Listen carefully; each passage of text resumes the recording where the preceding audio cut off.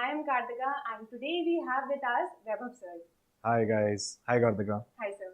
तो सर आज हम बात करने वाले हैं basically A to Z everything about law. Correct. सबसे पहले बात करते हैं कि what is law and why law. See, why law and what is law? So, this is one of the most lucrative professions I feel in terms of the satisfaction that you get. And again, not comparing it with any other profession because every other profession gives you that kind of satisfaction. किसी का interest numbers में होता है, उसको chartered accountancy बहुत पसंद होती है. It's like the health of the financial health of a person. Here you are dealing with the rights of the people, right? So it is as basic as like अगर मैं recently अपने life से draw करूँ एक example. So very recently, my uncle was traveling from Bangalore to Varanasi, and somebody charged him, or at least tried charging him 20 rupees more for a bottle of water, and you know at that point in time he had to pay it because he was like, "Arey, I really needed water. My daughter was thirsty. I needed it, so मैंने खरीद लिया." But even the common man, he's a doctor, okay. Even a doctor felt कि यार ये तो गलत हुआ मेरे साथ. अगर एमआरपी लिखी हुई है कुछ से 20 रुपीज तो आप 40 कैसे चार्ज कर सकते हो? And he wanted to know, हाँ he wanted to know what are my rights, मैं इसके लिए क्या कर सकता हूँ, क्या अगर नेक्स्ट टाइम कभी हुआ तो क्या मेरे पास कुछ लॉज है कि मैं उनको फोन पे खोल के दिखा सकता हूँ, क्या देखो मैं आपके अगेंस्ट कंप्लेन कर सकता हूँ, and where do I actually go and file a complaint? Like these are questions that common people don't know the answers to. And चारों तरफ we are surrounded by law, तो कहीं ना कहीं आपका वो जो लैक ऑफ नॉलेज होता है वो फुलफिल करने के लिए आपको किसी के पास जाना होता है. And when you are able to bring that change to someone's life, वो बहुत सेटिस्फैक्टरी फीलिंग होती है. Again drawing an example from the time when I was practising in court, तो it was a very brief stint, but ठीक है, एक ऐसा case था, I will not diverge a lot of information, but एक POCSO का case था. And this man was in prison because the mother of a child had, alleged that he tried sexual offenses on my daughter. This was just an allegation. Now, how did we get bail for that man and why did we fight for him is because there were three different statements. The mother's statement was different, the daughter's statement was different, the grandfather's statement was different. All three statements, different stories. And you were like, which one to believe? And let's say if even that happened, आपकी story ही clear नहीं है और एक आदमी jail में है for almost a year, is there a possibility that he might not have done that crime? Let's say there's a 1% or 10% chance that he did not commit that crime and yet had to spend 1 year in jail. Like, try putting yourself into that shoe and you'll feel ki, yaar, how difficult it might be for that man. He has a family. He himself has, kids. I'm not saying कि सब गलत होते हैं, सब सही होते हैं. गलत भी होते हैं. And you defend them, you fight against them. But that fighting, that is something which, gives you utmost satisfaction in the field of law. Okay. So sir, whether it be a doctor, engineer, chartered accountant or any other person who has just cleared his 12th, क्या हर कोई eligible है law pursue करने के लिए? Absolutely. मतलब you can come from any field whatsoever. Like you can come from science, you can come from humanities, you can come from commerce. वो entry barrier ही नहीं है. In the field of law, that's a very good thing कि वो entry barrier नहीं है. जैसे कई सारे मैनेजमेंट कोर्सेज में अगर आप जाओगे तो वहाँ पे mathematics in your 12th is mandatory. ठीक है, क्योंकि अगेन वो भी ठीक बात है क्योंकि उनके लिए numbers and your comfort with numbers जानना बहुत इंपॉर्टेंट है क्योंकि आपका काम आगे वैसे होगा. बट यहाँ पे वो चीज नहीं है. यहाँ the entry barrier is nothing. You can come from any background whatsoever and you can pursue law. Sir अगर एंट्री बैरियर नहीं है, स्ट्रीम न्यूट्रल है, तो एलिजिबिलिटी क्राइटेरिया क्या रहेंगे? For 5 year law the eligibility would be कि आपको 12th clear करना है. मतलब अगर आप 12th अपियरिंग स्टूडेंट भी हो तो भी आप एग्जाम लिख के जा सकते हो.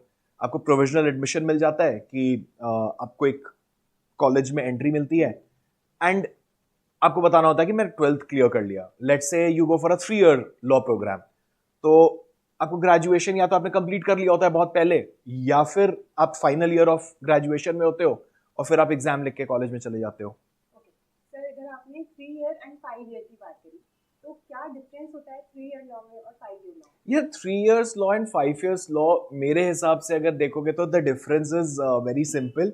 Let's say I am someone जिसको अच्छा, we are living in this age of information, ठीक है, where there's abundance of information like everywhere. और let's go back in time, say 10, 15, 20 years पहले तो इतना इंफॉर्मेशन फ्रीली अवेलेबल नहीं था, there was no internet. अब तो आर्टिफिशियल इंटेलिजेंस आ गया, information is flowing left right and centre. Let's say मेरे को आज वो इंफॉर्मेशन मिल गई कि अच्छा नहीं ठीक है, देयर इज एन ऑप्शन कि मैं 12th के बाद लॉ कर सकता हूँ। Now I start exploring, I go to a counselor, I ask कि यार मेरे को बताओ कि what are the skill sets that are required to be a lawyer, क्या एग्जाम्स होते हैं, क्या प्लेसमेंट्स होती है, क्या जॉब अपॉर्चुनिटीज है, etcetera etcetera. You love tons of questions, वो आप इंटरनेट पे भी देख सकते हैं, आप यूट्यूब इस वीडियो से निकाल सकते हो। सो आपको बहुत सारी चीजें पता चलती है and let's say you come to a conclusion after discussion, after thinking कि यार law is something that I want to pursue. So वहां से 12th के बाद चले जाओ लॉ करने के लिए। Let's say you are like यार मेरा लॉ करने का मन है, it's not that I don't want to pursue law, but I am still not 100% sure, I am still not 100% sure कि मेरे को लॉ करना है या नहीं करना है।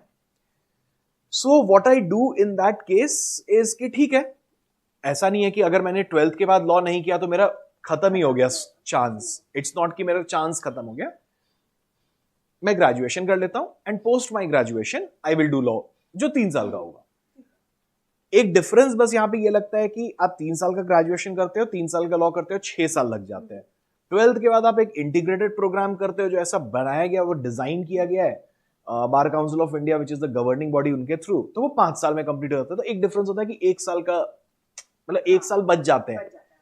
इन द लॉन्ग रन वो 1 साल बहुत ज्यादा एज सच आपके लाइफ में कुछ वो बहुत नहीं करता है यार। मतलब ड्रॉप लेके भी जाते हैं, आप ड्रॉप लेके भी तैयारी करते हो, कॉम्पिटिटिव एग्जामिनेशंस बहुत डिफिकल्ट हो गए हैं, you need time to prepare. तो हाँ ठीक है, मतलब यही है। सर ये बड़ा एक सिली सा क्वेश्चन है, but I was going through the comments of a YouTube channel और वहां मैंने देखा था एक स्टूडेंट ने पूछा था, अभी तो मैं सेकंड ईयर में हूं, क्या मैं इसी के साथ लॉ परस्यू कर सकता हूं? Second year of college? Yes, second year of college. Okay, not integrated, he is pursuing BA, हाँ, बट उसको एलएलबी भी करना है साथ में। नहीं नहीं, ये नहीं कर सकते। तो इंटीग्रेटेड जो होता है वो दोनों आपको साथ में एक वो दैट्स 1 डिग्री, मतलब अच्छा ठीक है, गॉट इट। सो ऐसा नहीं होगा कि आप बीए एक अलग कॉलेज से करो और एलएलबी आप एक अलग कॉलेज से साथ में पैरेलली कर लो और वो हो जाएगा, नहीं। सो देखो क्या होता है ना, लॉ जो है इज अ प्रोफेशनल डिग्री जो कि गवर्न होती है एक nationalised body bar council of India से। वो प्रोहिबिट करता है, वो अलाउ नहीं करता है इस चीज को करने के लिए, तो you can not do that. तो अगर आपको इंटीग्रेटेड प्रोग्राम करना है कि मेरा ग्रेजुएशन भी साथ में चले, लॉ भी साथ में चले, तो आप एक इंटीग्रेटेड प्रोग्राम ऑफ लॉ में अपने को एनरोल कर लो, जहां पे आपके पास ग्रेजुएशन के भी स्ट्रीम्स होते हैं चूज करने के लिए। आपको बीए करना है, बीबीए करना है, बीकॉम करना है, बीएससी करना है, इनफैक्ट बीटेक एलएलबी भी एक ऑप्शन है। तो मतलब मल्टीपल ऑप्शंस है, वो आप चूज कर लो, देख लो कि किस कॉलेज में आपको वो ऑप्शन मिल रहा है जो ग्रेजुएशन सब्जेक्ट आप पढ़ना चाहते हो, एंड उसके साथ वो इंटीग्रेटेड प्रोग्राम कर लो। बट अलग अलग कॉलेजेस से या सेम कॉलेज में एक प्रोग्राम बीए में हो जाए, एक एलएलबी, ऐसे नहीं कर सकते, वो एक इंटीग्रेटेड प्रोग्राम है। अच्छा, इसी के साथ एक ये भी क्वेश्चन है कि अगर कोई बच्चा 3 ईयर वाला एलएलबी कर रहा है, ओके, तो क्या उसके साथ वो किसी और कोर्स का पीजी कर सकता है? नहीं नहीं नहीं नहीं, मतलब वो again see do one thing at a time is what is expected. हो सकता है आने वाले टाइम में चेंज हो जाए, we never know, but as of now you cannot do this. So आपको एक एक डिग्री अपनी कंप्लीट करनी होती है, and see the purpose is not just to gain degree, the purpose is to gain knowledge, right? यहाँ पे भी एक ओपिनियन आता है कि यार बुकिश नॉलेज ही तो मिल रही है मेरे को कॉलेज के अंदर, बट देन वो कोर्स स्ट्रक्चर ऐसा डिजाइंड है कि आप ब्रेक्स में जाके इंटर्नशिप्स करोगे, वहां पे आप जाके अपना प्रैक्टिकल नॉलेज लेके आओगे, वहां पे आप प्रैक्टिकली सीखोगे चीजों को। तो मल्टीपल चीजें आप पैरेलली करोगे, आप ना प्रैक्टिकल नॉलेज ठीक से ले पाओगे, ना बुकिश नॉलेज ठीक से ले पाओगे, ना मतलब वो पूरी एक खिचड़ी बन जाएगी, तो इसीलिए उस चीज को रेस्ट्रिक्ट किया जाता है। क्या सर ऐसे कोई प्रोफेशनल कोर्सेज या कोई और कोर्सेज हैं जो लॉ के साथ कर सकते हैं? प्रोफेशनल कोर्सेज लाइक, हाँ, लाइक ओके ठीक है, सो लाइक फॉर एग्जांपल आप लॉ परस्यू कर रहे हो, उसके साथ आप नॉन प्रोफेशनल कोर्स अगर आप कहो कि कंपनी सेक्रेटरीशिप करना चाहते हो तो आप वो कर सकते हो, उसमें कोई रेस्ट्रिक्शन नहीं होती है। या से आप कोई स्किल डेवलपमेंट कोर्स करना चाहते हो तो स्किल डेवलपमेंट कोर्स आप कर सकते हो, उसमें कोई रेस्ट्रिक्शन नहीं है। But with a professional course doing another professional course, वहां पे रेस्ट्रिक्शन आ जाता है। एंड सर प्रीवियसली आपने एक स्किल सेट की बात करी थी कि अगर आप लॉ परस्यू करना चाहते हो करेक्ट, तो एक स्किल सेट रिक्वायर्ड होता है, तो वो क्या स्किल सेट होता है? skill set required for cracking the entrance exam या skill set required for becoming a lawyer? पहले लॉयर बनने की बात कर लेते हैं, क्योंकि Okay. अगर वो बनना होगा तो ही बच्चा लॉ एंट्रेंस देगा ना। Fair point है। So देखो, the skill set that is required for becoming a lawyer, the number one skill set is something which is very boring, and that is और ये मैं देख रहा हूँ बच्चों में आजकल, इसलिए मैं बोल रहा हूँ कि वो बहुत बोरिंग है, is reading. You need to read. You need to read a lot. So becoming a lawyer is reading. अभी recently एक ऐसे ही सोशल मीडिया स्क्रॉल कर रहा था तो देखा कि किसी एक पर्टिकुलर हाई कोर्ट ने रेप्रिमेंड किया है सिटी सिविल जज को, ये कहते हुए कि आपने अपने जजमेंट में कुछ ऐसा केस रेफर कर दिया जो एग्जिस्ट ही नहीं करता है। Why did this happen? Is because people were trying to find shortcuts. What is a shortcut? Is artificial intelligence. अब AI ने बना दिया कुछ, वो केस एग्जिस्ट नहीं करता है। How did they find it out? Because they are reading. तो आप ये सोचो कि अरे AI आ गया, अब क्यों रीड करने की जरूरत नहीं, फिर भी करने की जरूरत है। AI can not replace lawyers, क्योंकि लॉयरिंग इज एन आर्ट। आपको सबसे पहले जब आप किसी क्लाइंट की बात सुनते हो, you have to be a very good listener, you have to listen. कई बार ऐसा लगता है, बच्चे बोलते हैं I am very good at arguing so I want to become a lawyer. That is one skill set that is required, but वो बहुत छोटा सा परसेंटेज होता है कि आपकी आर्ग्यूइंग स्किल्स कितनी बेटर है। What is most important is reading. You should be a absolute good listener. आपको बहुत ध्यान से बारीकी से सुनना होता है कि वो कहाँ क्या क्या पॉइंट्स होते हैं। You should have a very logical reasoning skills. आपका माइंड जो है वो बहुत लॉजिकल होना चाहिए कि अच्छा ये पॉइंट आया, इससे ये पॉइंट कनेक्टेड है, इससे थर्ड कनेक्टेड है, इससे फोर्थ। लाइक अगर वो एक पूरा खिचड़ी है तो उसमें से आप सब कुछ सेग्रीगेट करके पहले सेग्रीगेट करते हो और फिर आप देखते हो कि मैं किसको कहां से किस तरीके से अपने एडवांटेज के लिए यूज कर सकता हूं। That is what is the art of lawyering. So in order to become a lawyer, yes, you will require to have a good people skill, क्योंकि आपको एक अच्छा हिंदी में कहते हैं अधिवक्ता, आपको बात करना आना चाहिए। you should know how to speak to people, you should know how to interact with people, you should know that when you're standing in front of a judge, you'll have to be very courteous, you'll have to speak. तो वो एक element है, बोलना is one element, but 90% of the work is done in the background, researching, reading, drafting, thinking. All of this amounts to 90%. 10% is presentation in front of the court. Sir जैसे आपने skills की बात करी, reading skills, logical reasoning skills, ये बहुत सारे बच्चों में पहले से तो नहीं होती है, तो क्या बाद में पॉसिबल है ये स्किल्स बिल्ड करना? किसी में स्टार्टिंग से थोड़े होती है मतलब दिस इज, हाँ, तो बाद में क्या मैं ये हैबिट बिल्ड कर सकता हूं? एब्सोल्युटली यार, अगर इंटरेस्ट, देखो सबसे पहली बात तुम डेफिनेटली बिल्ड कर सकते हो, ठीक है। No one was a born reader, कोई ऐसा पैदा होता है के साथ रीडिंग नहीं करने लगता है। It's something that you have to develop, it's a habit that you have to develop. Okay, now second, where do I, if I am someone who is starting right now, तो कहां से मुझे start करना चाहिए? Pick up something which is very interesting. Like how did I pick up reading? I picked up reading very early in my school days. I must have been in fifth or sixth grade.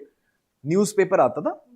I still remember Times of India, जिसको मैं अब बोलता हूँ कि नहीं पढ़ना चाहिए बहुत ज्यादा. But still, I picked up from Times of India because it was easy to comprehend and understand. The language was very lucid, very flowy. What did I read in that newspaper? The sports section. That's it. क्यों? मेरा interest था, मेरे को मजा आने लगा पढ़ने में. फिर मैं हुआ कि अच्छा ये तो स्पोर्ट्स सेक्शन तो रोज रोज पढ़ रहे हैं. फिर I went to sports star, एक मैगजीन आती थी, आई डोंट नो अब आती है कि नहीं. I went to sports star magazine. फिर जब ये हुआ, फिर एक पॉइंट ऑफ टाइम के बाद समझ में आने लगा कि यार I am just reading sports, तो कुछ और भी देख लेते हैं यार. फ्रंट पेज पढ़ना शुरू किया, नेशनल न्यूज पढ़ना शुरू किया, धीरे धीरे धीरे धीरे धीरे करते करते करते there was just one thing that I could still not wrap my mind around in Times of India was the speaking tree. वो एक सेक्शन आता है छोटा सा स्पीकिंग, मेरे को आज भी नहीं समझ में आता, मैं आज भी नहीं पढ़ता उसको. So it's like you gradually develop that interest in reading. So pick up from something which you really enjoy, and एक point आएगा फिर it becomes effortless. So when we started or when we were in law school, हमारे vice chancellor साहब AK Koul साहब थे, he is no more but brilliant man. उन्होंने एक बहुत अच्छी बात कही थी. Was also the founding VC of NLU Jodhpur, then he went to NLU Ranchi. तो उन्होंने एक बड़ी अच्छी बात कही थी. On the very first day of our orientation he said you guys have to read 70 pages a day. And we all were like what, 70 pages? इतने में तो NCERT खत्म हो जाती थी. And you are saying 70 pages a day, and we are like यार this seems impossible. But then over a period of time, when we kept on reading, of course we did not start with 70 pages a day, but slowly and gradually when we started reading judgments, books, commentaries, etc., it was a habit that it got built. Uske baad fir we knew acha what are the things that needs to be skimmed off, what are the things that needs to be focused on. तो वो एक skill set होता है जो वो naturally बन जाता है जब आप इतना पढ़ लेते हो. It's muscle memory actually. जैसे आप बचपन से ब्रश कर रहे हो, है ना, सुबह उठते हो, पूरी नींद भी नहीं खुली होती है, बट फिर भी आपको पता है कैसे. You are not doing anything, it's your muscle memory that is helping you.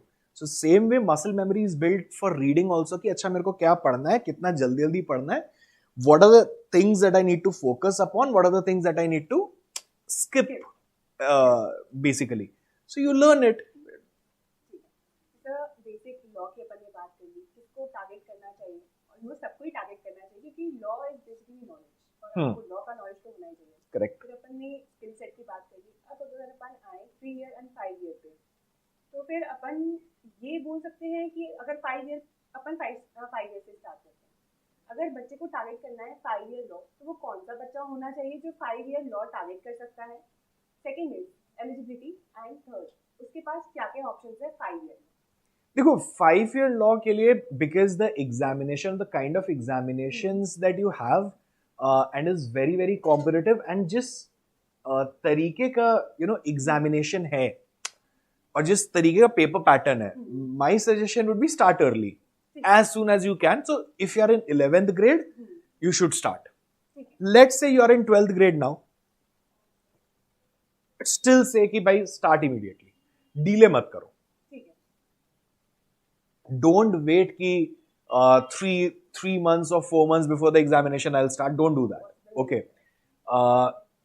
Or if you are absolutely clear कि नहीं करना है, but I need to focus on my board examinations first, then I'll do it after taking a drop. That's again up to you. But so someone who is in 11th or who is in 12th should definitely think of pursuing 5-year law program. What was the other question? Other question ये था eligibility क्या होनी चाहिए 5 year के लिए. Stream तो neutral है, मतलब आप किसी भी स्ट्रीम से आ सकते हो. देखो हाँ, अगर लेट से आप 10th में हो और 10th से अब आप 11th में जा रहे हो, तो उसमें आप क्या कर सकते हो, क्या स्ट्रीम मेरे को चूज करना चाहिए? स्ट्रीम हमेशा अपने इंटरेस्ट के हिसाब से चूज करो. ठीक है, सारी स्ट्रीम से आप आ सकते हो. एंड ऐसा कुछ नहीं होता कि मैं इजी स्ट्रीम ले लूं तो ज्यादा समय I will be able to focus on my law preparation. You should absolutely enjoy your stream, because this is also a journey where you grow, you learn. Your 11th and 12th are very foundational to your entire journey ahead. तो make sure that आप अपने interest के हिसाब से stream choose करो. Okay. Eligibility बहुत bare minimum होती है 12th बोर्ड्स में, कुछ 45% आपको लाने होते हैं. Again not something that we say that you should target आप ज्यादा करो, अच्छा करो बोर्ड एग्जामिनेशन में, but again you don't need a 95 और 99% इन 12th बोर्ड ऑल्सो कि यार मैं सब कुछ छोड़ के बस बोर्ड पे ही लग गया, हैम्पर हो जाएगा. Get to a decent score of 70, 75, 80% बहुत होता है. एंड उसके बाद आप अपने लॉ एंट्रेंसेस के ऊपर फोकस करो. तो सर ऐसे कौन से लॉ एंट्रेंसेस हैं जो मेरी लिस्ट में टॉप पर होने चाहिए? CLAT, common law admission test for all the national law universities. ALET for national law university Delhi, ये डेफिनेटली होना चाहिए. SLAT for Symbiosis, a very very good private law college. And CUET, central universities हैं आपके उसके under, तो couple of central universities काफी अच्छे हैं, तो आप उसको डेफिनेटली टारगेट कर सकते हो. And am I forgetting something? MHCET. अरे सॉरी, या महाराष्ट्र लॉ CET, दो is a state specific entrance examination, but क्योंकि 2-3 colleges, government law college Mumbai बहुत प्रोमिनेंट है, एडमिशन उसी के थ्रू होता है, तो has a national importance now. And then of course आप अपने स्टेट जहां पे रह रहे हो तो उसके स्टेट लॉ एंट्रेंसेस भी होते हैं. आंध्र प्रदेश के होते हैं, केरला के होते हैं, सभी जगह के होते हैं, तमिलनाडु के होते हैं, बंगाल के होते हैं, राजस्थान के होते हैं, तो चंडीगढ़, पंजाब एंड हरियाणा के होते हैं. तो अगेन आप जिस स्टेट में हो उस स्टेट के भी लॉ एंट्रेंस करो, क्योंकि वहां के भी कुछ लोकल गवर्नमेंट कॉलेजेस जो होते हैं वो आपको काफी अच्छा एक वो दे सकते हैं, प्लेटफॉर्म दे सकते हैं. तो सर अभी अपन है मार्च एंड एंड अप्रैल में, राइट? करेक्ट. तो अभी बहुत सारे स्टूडेंट्स ऐसे हैं जिनको फ्लैट, ALET, SLAT इन सब का नॉलेज नहीं था, एंड वो इस ईयर के लिए तो वो चांस अभी मिस कर रहे हैं. ठीक है. बट क्या अब उनको बाकी लॉ एंट्रेंसेस टारगेट करनी चाहिए या सीधे फ्लैट 2026, ALET 2026 टारगेट करना चाहिए? देखो, आई फील एग्जाम लिखने में कोई हार्म नहीं होता है. Let's say you go with only a 20% preparation in an examination, right? You again यहाँ पे मेरे को वो एक बहुत ही फेमस मीम याद आ रहा है, अभी आजकल बहुत चल भी रहा है. It comes from a Pakistani cricketer, या तो विन है या तो लर्न है. ठीक है. सो मतलब अगर उसका फनी साइड हटा दे तो बात वो सही की है ना, कि या तो जीतोगे या तो आप सीखोगे. तो लेट्स से आप जाते हो एंड आप जाके एक एग्जाम लिख के आते हो and you get to learn कि अच्छा ठीक है, पेपर पैटर्न कैसा होता है, how does it in fact even feel for that matter being in a centre, बच्चे, pressure, and it's like a very different paper. It's a subjective paper that you are not used to giving. आपने 12th तक में subjective paper लिखा है 3 घंटे का, ठीक है, यहां 2 घंटे में खत्म हो गया 120 सवाल. वहां आ रहे थे कुछ 8, 10, 15 सवाल लिखने को, यहाँ पे इतना लंबा क्वेश्चन, आपको जल्दी जल्दी सोचना है, डिसीजन लेना है, सेलेक्ट करना है, OMR फिल करनी है, या फिर बटन से क्लिक करके आंसर स्पंज करना है अपना कंप्यूटर पे. तो there are lot of things to learn, है ना. तो even if for that matter you feel कि नहीं मेरा बहुत ज्यादा प्रेपरेशन नहीं हुआ है, ये मेरा सीरियस अटेम्प्ट नहीं होगा, but still go ahead and give an attempt.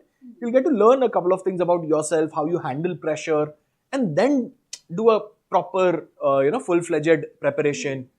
फिर तो विन ही विन है, फिर लर्न क्या करेंगे. अगर अपन 3 ईयर LLB की बात करें, हाँ, तो कौन से बच्चों को टारगेट करना चाहिए 3 ईयर? यार एनीवन हु इज इन से सेकेंड ईयर और third year of the graduation, ठीक है, सो आपको वहां से सोचना तो डेफिनेटली शुरू कर देना चाहिए. सेकेंड ईयर से आप सोचना शुरू कर सकते हो. थर्ड ईयर तक आते आते आपको ये होना चाहिए कि यार अब मेरे को प्रेपरेशन स्टार्ट कर देनी चाहिए, because as many good colleges that are there, अब ओवरऑल सीट्स अगर मैं हटा दूं तो बहुत सिलेक्टेड ही सीट्स है बहुत अच्छी कॉलेजेस में, जहां पे जाके आपको वो इम्पैक्ट, वो change in your personality, that change in your thought process, the change in your attitude आपको वो दिखेगा. क्यों दिखता है? बहुत सारे रीजन है. अब जैसे मैं दिल्ली यूनिवर्सिटी की बात करता हूं, तो यार sitting chief justice of India, ex chief justice of India, majority of the supreme court सब दिल्ली यूनिवर्सिटी से पढ़े हुए हैं. अब आप जब वहां जाते हो, आप वहां के बच्चों से इंटरैक्ट करते हो, आपको वो एक चेंज दिखता है. अब जैसे for example when you if you guys ever get a chance to go to Delhi university faculty sorry campus law centre, अब सुबह चले जाओ शाम में चले जाओ, बच्चे वहां हमेशा मिलेंगे आपको. And if you get go and interact with them, one thing that you will notice, उनका बहुत ज्यादा रिलायंस ना बुक्स पे नहीं होता है. उनका रिलायंस होता है हमेशा हमेशा से जजमेंट्स रीडिंग पे. वो जजमेंट बहुत पढ़ते हैं, वो केस लॉज बहुत पढ़ते हैं. क्यों पढ़ते हैं? क्योंकि उनको पता है कि मेरे को आर्ग्यूमेंट्स वहां से निकल के आता है. बिकॉज जब आप एक ऑर्डर या एक जजमेंट लिखता है जज, तो उसमें वो मेंशन करता है कि पिटिशनर के लॉयर ने क्या आर्ग्यू किया, रिस्पोंडेंट के लॉयर ने क्या आर्ग्यू किया. जब आप ये पढ़ते हो फिर आपका दिमाग में आता है अच्छा फैक्ट्स तो मैंने पढ़ लिया, मिस्टर एक्स ने ये आर्ग्यूमेंट किया, मिस्टर वाई ने ये आर्ग्यूमेंट किया.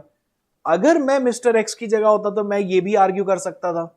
अगर मैं मिस्टर वाई की जगह होता तो मैं ये भी आर्ग्यू कर सकता था. फिर आपको एक क्रॉस क्वेश्चन जब आप आगे पढ़ते हो तो आपको लगता है अच्छा नहीं, मैं ये जो आर्ग्यू करता ये गलत हो जाता, या मैं ये जो आर्ग्यू करता ये सही होता. या आपने फैक्ट्स पढ़ा, आपने अपने आर्ग्यूमेंट्स बना लिए. फिर जब आप आगे पढ़ना शुरू किया तो देखे अरे ये सेम आर्ग्यूमेंट वो लॉयर ने किया था. यू गेट दैट कॉन्फिडेंस कि I was thinking on the right terms. तो ये एक एटीट्यूड है जो वहां के बच्चों में है, right. So why do students aspire to go to these brilliant law colleges is because of the attitude or the culture of that place जो बन चुका है. अब वो कल्चर अब चेंज नहीं होता, कल्चर चेंज होने में बहुत समय लग जाता है. तो अभी तक तो अब आप नेशनल लॉ यूनिवर्सिटीज की बात करो, आप दिल्ली यूनिवर्सिटी की बात करो, आप गवर्नमेंट लॉ कॉलेज मुंबई की बात करो, आप बीएचयूज की बात करो, इनके कल्चर में है कि एकेडमिक स्ट्रांग है. ठीक है सर, 3 ईयर के लिए कौन से ऐसे लॉ एंट्रेंसेस है जो बच्चे टारगेट कर सकते हैं? मल्टीपल है. लाइक फर्स्टली तो आपको सेंट्रल यूनिवर्सिटीज डेफिनेटली टारगेट करनी चाहिए. दिल्ली यूनिवर्सिटी हो गया, बनारस हिंदू यूनिवर्सिटी हो गई. आपको महाराष्ट्र लॉ सीईटी के through government law college Mumbai मिल जाता है. आईएलएस पुणे है, वो भी एक बहुत अच्छा कॉलेज है आपके लिए. Then certain private colleges like Symbiosis, वो एक अच्छा है, अच्छे ऑप्शंस है आपके पास. तो या these are couple of good colleges जो आप टारगेट कर सकते हो. ठीक है. और सर अगर एनएलयूज की बात करें तो? अच्छा हाँ, yes, I completely forgot. So a couple of NLUs have also started coming up with 3 years law program. तो अरे अब NLUs तो फिर वही वाली बात होती है ना, you go and you get to experience 5-year students also. And यहाँ पे वो रिवर्स होगा कि 5 years वालों के पास बहुत एक्सपोजर था, now you are going and interacting with them, so you learn from them and you get that overall culture, you mix into them. So NLS Bangalore, which is like the premium and the first national law school of the country, वहां पे 3 years LLB आपको वो definitely target करना चाहिए. NLE Orissa has come up with a programme, आप वो भी definitely target कर सकते हो. So yes. तो सर अगर अपन बात करें प्लेसमेंट्स की, after 3 year and 5 year LLB, किसमें ज्यादा अच्छे प्लेसमेंट्स होंगे? देखो यार, प्लेसमेंट ना एक बहुत ही यूनिडिमेंशनल एस्पेक्ट है जज करने का. तो अगेन ठीक है, आपका क्वेश्चन वो नहीं था कि विच इज बेटर 3 year और 5 year. आप बहुत स्पेसिफिकली पूछ रहे हो प्लेसमेंट किस में बेटर होती है, बट मैं इसको थोड़ा होलिस्टिकली आंसर करूंगा बिकॉज बच्चे इसको बहुत यूनिडिमेंशनली देखते हैं कि भाई सब ठीक है, तुम ये बताओ कि प्लेसमेंट कहाँ पे ज्यादा है ना. तो placement is a very unidimensional way and like वो एक तरफा वाली चीज हो गई है. प्लेसमेंट मिलती कहाँ है पहले ये समझते हैं, ठीक है. सो प्लेसमेंट्स के जो कॉन्सेप्ट है ना, ये आया कॉर्पोरेट उससे, ठीक है. तो चाहे बिजनेस स्कूल्स हो तो एमबीए करके लोग जाते थे प्लेसमेंट्स इन मल्टीनेशनल कंपनीज. फिर इंजीनियरिंग हुआ तो फिर वहां पे बहुत सारी मल्टीनेशनल कंपनीज आ गई इंजीनियरिंग की, सॉफ्टवेयर की स्पेसिफिकली. तो उन्हें लगा कि भाई वहां प्लेसमेंट्स हो रहे हैं हमारे. अब लॉ में लेट्स से मेरे को जाके कोर्ट में प्रैक्टिस करना है, मेरा प्लेसमेंट थोड़े लगेगा, मेरे को सुप्रीम कोर्ट थोड़े हायर करेगा. मतलब इट्स लाइक सुप्रीम कोर्ट ने मेरे को बोला कि तुम ये डिग्री कर लो, ये इतना तुमने कर लिया, now it is welcoming with open arms की आ जाओ, किसी करो प्रैक्टिस, किसी सीनियर के साथ थोड़े समय रुक जाओ, थोड़ा एक्सपीरियंस ले लो और उसके बाद इंडिपेंडेंटली करो। अगर मेरे को प्लेसमेंट चाहिए ही नहीं तो मेरे को प्लेसमेंट मिलेगी नहीं ना। सेकंड लगता है कि हाँ, अगर लेट्स से मेरे को कॉर्पोरेट लॉ में जाना है, मेरे को कॉर्पोरेट फील्ड में जाना है, मेरे को काफी पैसा स्टार्टिंग से अर्न करना है, देन आप अपने अपने करियर को वैसे अलाइन करना शुरू करते हो। देन यू स्टार्ट लाइक कि ठीक है, मैं थोड़ा सा कॉर्पोरेट साइड में पढ़ना शुरू करता हूँ। And yes, it is very lucrative, even in law field it's very very lucrative. ठीक है, seniors from my college, batchmates from my college have become partners in tier 1, tier 2 law firms now, associate partners, and I am sure that they must be earning very very well. And ठीक है, वो एक aspect है कि वो बहुत कमा रहे हैं, उनको उतनी मेहनत भी करनी पड़ती है। So it goes hand in hand. So you work hard, you gain a lot of money, you earn money. यहां पे विथ प्लेसमेंट एक चीज होती है कि इंस्टेंट मनी आता है। प्रैक्टिसिंग में when you go to practice in courts, you have to have a waiting game. आपको थोड़ा वेट करना पड़ता है। You have to learn the crafts, you have to and थोड़ा सा लक फैक्टर भी। Luck is everywhere. I am saying, ऐसा नहीं है कि कॉर्पोरेट लॉ में या कॉर्पोरेट फर्म्स में लक फैक्टर नहीं होता है। आपसे कोई एक छोटी सी एरर हुई, आपने एक जीरो मिस कर दिया, करोड़ों का नुकसान हो गया, है ना। एंड वो करोड़ों का नुकसान, वो फिर यू विल बी फायर्ड, आप निकाल दिए जाओगे। तो लक फैक्टर वहां भी होता है कि भाई आपसे ये सारी छोटी मोटी गलतियां न हो। बट देन यस, प्रैक्टिस में you'll have to wait your time, you'll have to buy your time. आपको धीरे धीरे धीरे लगे रहना पड़ेगा, बहुत मेहनत करनी पड़ेगी, ग्राउंड पे थोड़ा प्रेजेंस बनाना पड़ेगा, एंड मोस्ट इंपॉर्टेंटली बहुत स्ट्रीट स्मार्ट होना पड़ेगा। ठीक है, बहुत स्ट्रीट स्मार्ट होना पड़ेगा। अगेन एक छोटा सा किस्सा अपनी खुद की लाइफ से लेके आता हूँ। I was interning in the supreme court of India. कुछ ज्यादा काम नहीं था उस समय करने को, तो बहुत अच्छी बात है with supreme court of India की आप रोड क्रॉस करते हो और सामने ILI है, इंडियन लॉ इंस्टीट्यूट। तो वहां पे मतलब वहां पे सिर्फ पोस्ट ग्रेजुएशन डिग्रीज वगैरह जो है वो मिलती है। सो और ILI की लाइब्रेरी जो है वो बहुत रिच है, बहुत बड़ी है, बहुत अच्छी लाइब्रेरी है। तो सुप्रीम कोर्ट के लॉयर्स भी जाते हैं वहां, बैठते हैं, पढ़ते हैं। मेरे पास कुछ ज्यादा करने को नहीं ना, मैं जाके लाइब्रेरी में बैठ गया, मैं कुछ पढ़ रहा था अपना कुछ रैंडमली। एंड कोई एक लॉयर आए, मुझे नहीं पता उनका नाम, मैंने ज्यादा पूछा नहीं, उनने बस ऐसे कुछ थोड़ा बहुत मुझसे बात की। एंड उनको समझ में आया कि इसका इंक्लिनेशन होगा towards litigation. And he said कि अगर तुमको लिटिगेशन में कभी कुछ करना है ना, तो एक काम करना, जब भी तुम करने जाओगे एक काम करना, तुम ना फ्री की ड्राफ्टिंग करने लगना एक दिन बैठ के कोर्ट में। तो एक बोर्ड लगा दें, बोला मैं फ्री ड्राफ्टिंग करता हूँ। देखना कितने सारे लोग आएंगे, तो बहुत सारा काम सीखने को मिलेगा, तुम ड्राफ्टिंग सीख जाओगे, तुम महीने भर के अंदर ड्राफ्टिंग सीख जाओगे। मेरे को उस समय रियलाइज हुआ यार ये होता है स्ट्रीट स्मार्ट लॉयर, कि यू नो चलते फिरते उन्होंने मेरे को एक ऐसे एडवाइस दे दी कि यार कुछ मत करो, तुम फ्री ड्राफ्टिंग करो। भाई क्या होगा, मिस्टेक्स होगी, बहुत कुछ गलती करोगे, अपने सीनियर से जाके हाँ तुम फ्री में कर रहे हो, वो ऐसे भी तुमसे बहुत ज्यादा एक्सपेक्ट नहीं कर रहे। ठीक है, तो अपने सीनियर से हेल्प ले लो, उनसे दिखा लो, उनसे देखो कि भाई क्या मुझसे गलतियां हुई हैं, क्या मिस्टेक्स हुई हैं, तुमको कुछ उनसे इनपुट्स मिलेगा। That is how you learn. तो वो you know miles are covered by everyone walks, but that extra mile requires that extra effort. तो बस वो है। And then litigation is also very beautiful career option. ऐसे थोड़े हरीश साल्वे 200 करोड़ रुपए एक केस का ले लिया वोडाफोन के केस में, मतलब कोई कॉर्पोरेट लॉयर इतना नहीं अर्न कर सकता है। लिटिगेशन और कॉर्पोरेट, इन सब के अलावा भी क्या और करियर ऑप्शंस है? अरे बहुत सारे करियर ऑप्शंस है यार, मतलब अच्छा तो क्या होता है ना कि बहुत सारे नीश फील्ड्स भी है। सो इट्स नॉट जस्ट कि भाई I have to work or I become a jack of all trades, and sometimes it is better to be jack of all trades. You go into litigation, thereafter you have multiple options कि आप media and entertainment law pursue करो। sports law भी India में बहुत boom करेगा in times to come, the way sports grow कर रहा है, sports law बहुत grow करेगा। You have cyber law काफी अच्छे से पिकअप कर रहा है, intellectual property is becoming a very very massive field जहाँ पे बहुत सारे regulations आएंगे. मतलब मैं खुद ही वो shift देखता हूँ.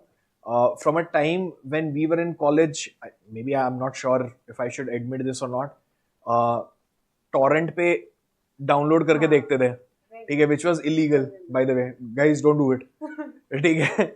So that was a time where OTT platforms are so easily accessible.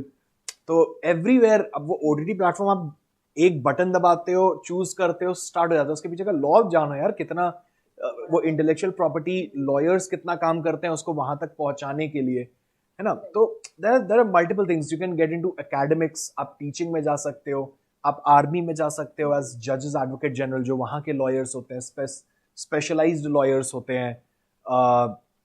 You can become in house councils for a particular company, जिनको अपने लीगल ऑफिसर्स अपने घर में चाहिए होते हैं कि भाई ठीक है, बाहर का काम तो चलो ठीक है आउटसोर्स कर देंगे, मेरे को अपने पास भी कोई लॉयर्स चाहिए, आप उनके लिए कर सकते हो. या multiple career avenues that are available in the field of law. तो सर इतने सारे करियर ऑप्शंस हैं. अब जिन भी बच्चों को प्लेसमेंट रिलेटेड डाउट होगा कि प्लेसमेंट कहाँ ज़्यादा अच्छी है, किसमें ज़्यादा अच्छी है, एटलीस्ट वो क्लियर हो गया होगा कि हर कहीं प्लेसमेंट होती भी नहीं है. लिटिगेशन में जैसे आपने बोला प्लेसमेंट नहीं होती है, नहीं. जुडिशरी आपको एग्जाम क्लियर करना पड़ता है, अरे उसके बाद होता है. तो हर कहीं प्लेसमेंट नहीं है. आपके एफर्ट्स भी मैटर करते हैं, स्किल सेट मैटर करता है.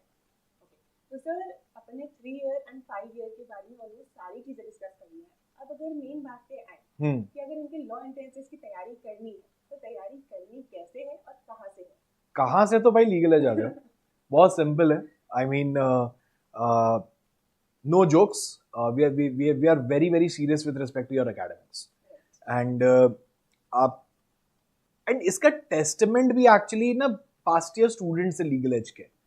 एंड कोई हर्ष सर ही बहुत रिसेंटली कहीं पर उन्होंने लिखा था हमारे ग्रुप पे कि यू नो स्टूडेंट्स अगर आपको डिफेंड कर रहे हैं ना, स्टूडेंट्स आपके बारे में अच्छा बोल रहे हैं, मतलब आप कुछ अच्छा कर रहे हो, ठीक है. So all our efforts to making mocks, to making error free content, to taking classes, to delivering top-notch, video content, sessions like this where we kind of clear a lot of myths around. तो ये सब कुछ जो है ना, मतलब एक बहुत बड़ी टीम है जिसके लिए बहुत मेहनत कर रही है. So yes, if you want to prepare for 5-year law, for 3 years law, you should definitely come to Legal Edge, ठीक है. कमिंग टू कैसे करना है, एप्टीट्यूड को बिल्ड करना है, ठीक है. एप्टीट्यूड बिल्ड कैसे होता है? 2 तरीकों से. एक होता है रीडिंग एंड अंडरस्टैंडिंग से, दूसरा होता है प्रैक्टिस से. बस और कुछ नहीं करना है. You should develop a habit of reading first of all. Whatever I'm reading, I should be able to understand. I should be able to comprehend it. मेरे को समझ में आना चाहिए मैं पढ़ क्या रहा हूं. मेरे को एक बार पढ़ के समझ में आ गया, अब मेरा दिमाग रेस्ट ऑफ द काम कर लेगा. हमारा दिमाग इतना, सबका दिमाग जो है वो इतना है शार्प कि आप समझ सकते हो क्या सही है क्या गलत है, ठीक है. एप्टीट्यूड में बस इतना ही आपसे जाना जाता है. दूसरी चीज होती है प्रैक्टिस करना पड़ता है. क्योंकि हम बचपन से कभी एप्टीट्यूड के तरफ हमने बहुत ज्यादा प्रैक्टिस की नहीं है, पढ़ा नहीं है, प्रिपेयर नहीं किया है, तो वो अचानक से कुछ आता है तो लगता है यार अरे ये तो कुछ ज्यादा ही है. 3 year law entrance examinations comparatively काफी इजी हैं, लेकिन वहां पे डिफिकल्टी कहां जाती है? Number of aspirants versus the number of seats in a very good college. In very good colleges number of seats थोड़ी सी कम हो जाती है, तो वहां पे वो एग्जामिनेशन थोड़ा सा, मतलब वहां पे आप मार्जिन ऑफ एरर कम होता है.